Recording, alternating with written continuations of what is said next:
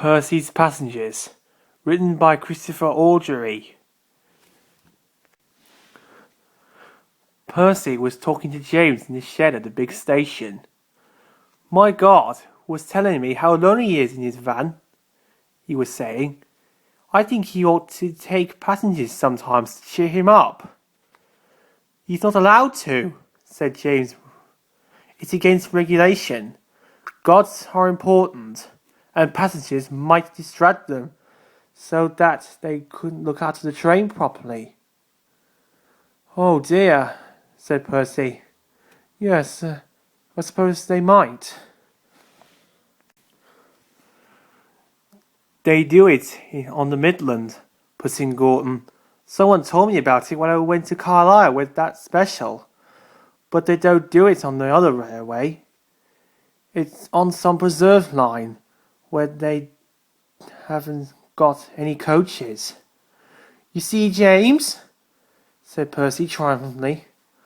"Oh, well, if they haven't got any coaches, that's different," said James huffily. "I'm sure the fat controller wouldn't approve." replied Percy cheekily. "Little you know." He puffed away to collect some trucks from the harbour. Meanwhile, on the branch line, some passengers got out of Henrietta at the station by the airfield. They all went through the ticket barrier, except for two, a man and a woman. "Ah," said the ticket inspector when he looked at their tickets. "You come too far, I'm afraid, sir.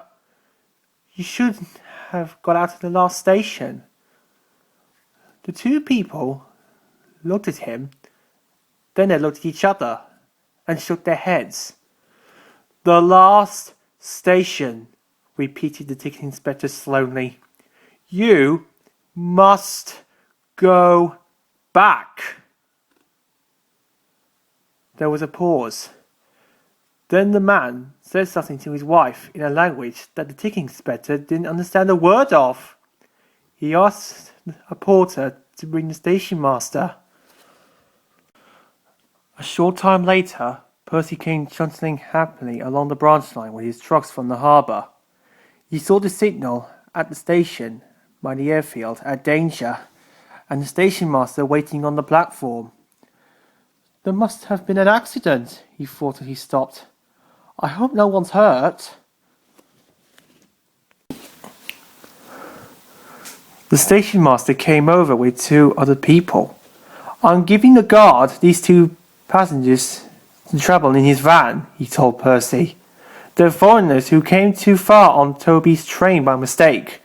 Will you stop by the station by the river to let them off, please?" Percy was puzzled.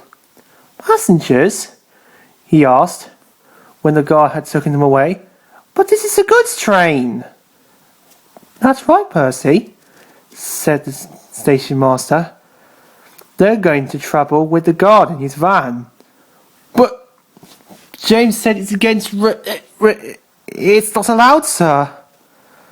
The station master laughed. "Quite right, Percy," he said. "So it is. But I don't think James or the fat controller wouldn't mind us helping two foreign visitors on our island who can't understand our language, do you?" That made it all right, of course. The guard saw that his visitors were as comfortable as he could make them in his van, and when, a few minutes later, they reached the station they wanted, and came to the front of the train to see Percy, they nodded, smiled, and shook hands with the driver and fireman. Then the guard showed them to a taxi that was waiting to take them on the rest of their journey. A few weeks later, a parcel arrived with brightly coloured foreign stamps on the wrapping.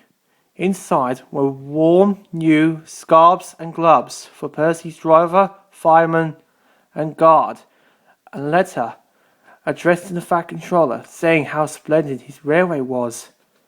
Percy didn't tell James. It might make him jealous, Percy said to himself. That would never do.